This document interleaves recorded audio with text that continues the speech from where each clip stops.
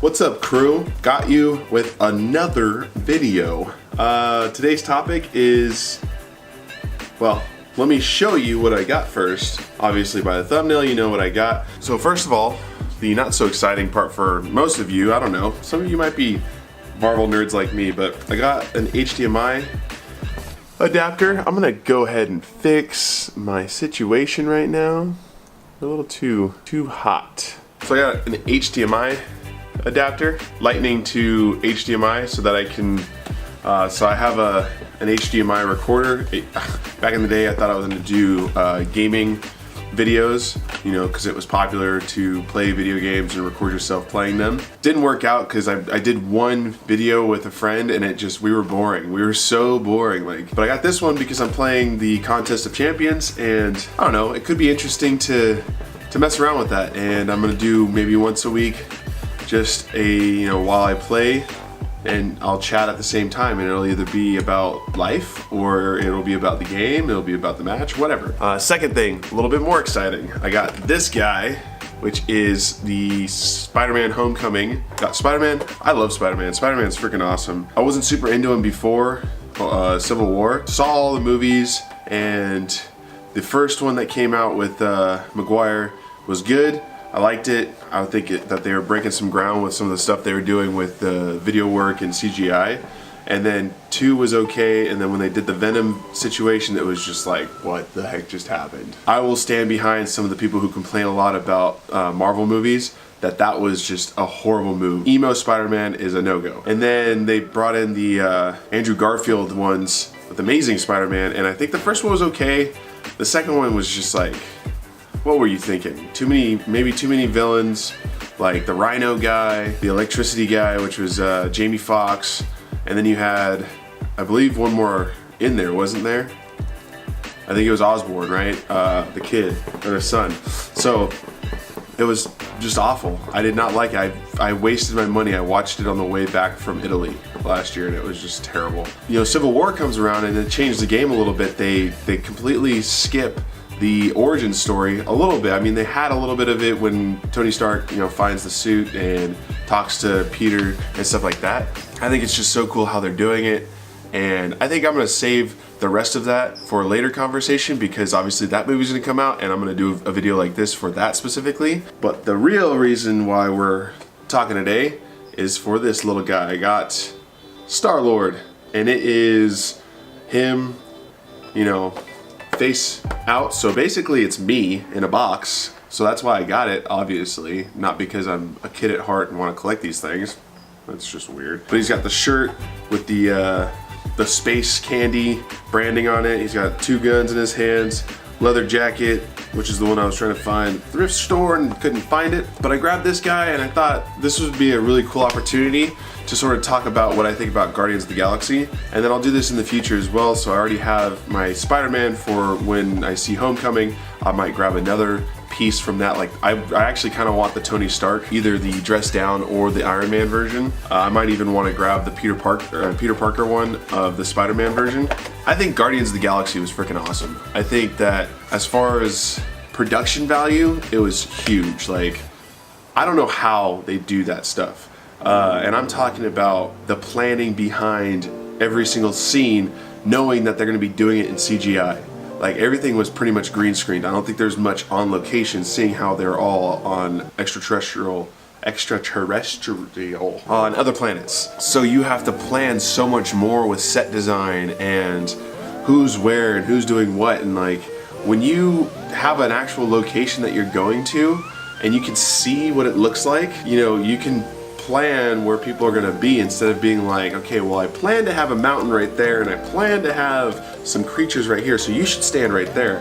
I just don't know how they do that, as far as me being a videographer and that kind of planning. I think the acting was amazing. I think people are kind of a little too excited about Dave Bautista's Drax.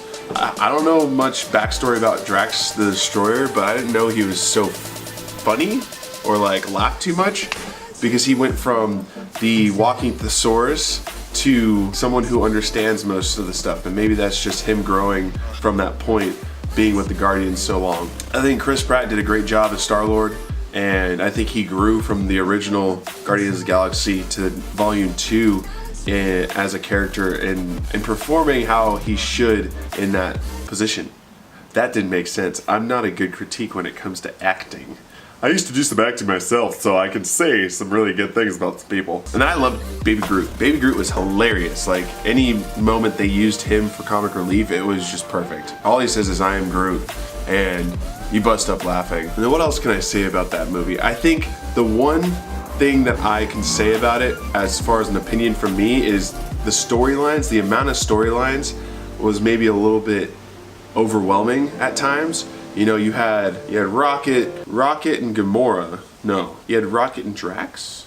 No, just Rocket. You had Rocket and Nebula and Baby Groot at the ship trying to fix it, and then they get picked up by the Ravagers and they're taken to the ship, the main ship there, the other ship, because there's so many ships. This is space. There's all ships all over the place. And then you have Peter, Drax, Gamora, and then you meet Mantis and Ego, and they're on their own thing. So like, it goes back and forth to those different stories, and you're building up Yondu, you're building up Rocket, you're building up Peter, you're building up Ego, and all of that just sort of like back and forth. I like the split, but it was just at times hard to keep up with like what was all going on. And there were so many different planets. You know, you're on Aisha's planet, and then all of a sudden you're on this. But that's the thing, is like, people complain about it being so, you know, finite where they are. Like, the Avengers are always in New York, or things are always happening in New York. But then in Civil War, they hit a bunch of different countries and people were mad. They're like, oh, this is too much, and these big, huge title screens are ridiculous. They wanted to show how big this universe was, and they even showed that mostly when they did all those jumps. I think, what was it, 450 or 750 space jumps? Like, that showed the vastness of the multiverse, which is freaking awesome. That would be my only complaint, is trying to keep up with too much. Overall, that was a badass movie. Which brings me to the next topic, is like talking about the complainers. I'm not a OG comic nerd. Like, I didn't buy any comics in middle school, I didn't buy any comics in high school. In college, obviously the movies started coming out, like Iron Man and Incredible Hulk, and I liked them, but I didn't really start getting into the MCU until I think the first Avenger with Captain America. I watched Thor and I watched all of those movies up until that point, but then when I realized that it was a connected universe, I was so stoked. The thought of taking movies and not just creating sequels off of one movie, but connecting a bunch of different arcs into one storyline and then eventually bringing them together as a superhero group. Obviously that's what they've always been doing in books, but to bring that to the big screen is so freaking awesome. Like, I think this is the most stoked I've ever been talking to you guys. Like, I love the MCU. It is so cool. And to hear people complain about it is just incredible. Obviously everyone complains. Like, I complain, but everyone wants something to either hate or complain about. And for the MCU, it's the villains, which I honestly don't think they've done a terrible job with villains. Like, every time they come up with a whiny little complaint about, you know, Red Skull being killed off, it's like, for all you know, he's coming back in Infinity War.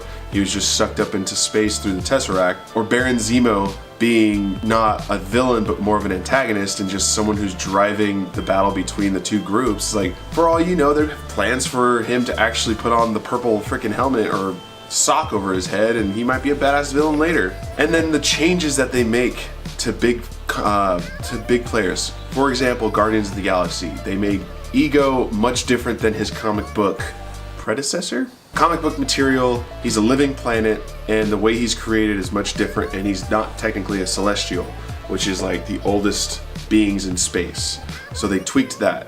He's also not supposed to be Peter Quill's father, but he's also not supposed to be this, he's not supposed to be that. And I think a lot of people who like are used to these stories in the comics are really bummed out about certain things. But it's like, what you have to realize is this is a movie.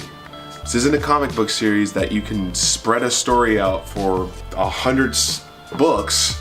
This is 2 to 3 hours of time that you have to tell a huge story and capture everyone's attention and keep their attention. So there's that natural flow of a movie that hits a climax in the middle and then there's falling action. So unless you plan to sequel the villain like Thanos, Infinity War has 2 parts, so he's not going to die at the end of Infinity War. He's probably going to be at the second Avengers or the 4th Avengers movie. It's really hard to have that overarching villain. Now, I will agree that when they kill a villain, it's sort of wasting an opportunity, because in a lot of the cartoons, you have villains who create groups, villainous groups. So by killing a villain in a movie or even a TV show like Kilgrave dying in Jessica Jones, you now no longer have the opportunity for him to come back and be a part of some big bad situation for the Defenders. But of course they have Madame Gao, they've got Kingpin alive. And then the last complaint I guess I'll talk about, because I'm running out of time and I don't want this to be too long, is the lack of overarch from TV show to movie. And that's another thing that people probably don't understand, is the life cycle of building a movie versus building a TV show is much different. Building a movie is a much longer process.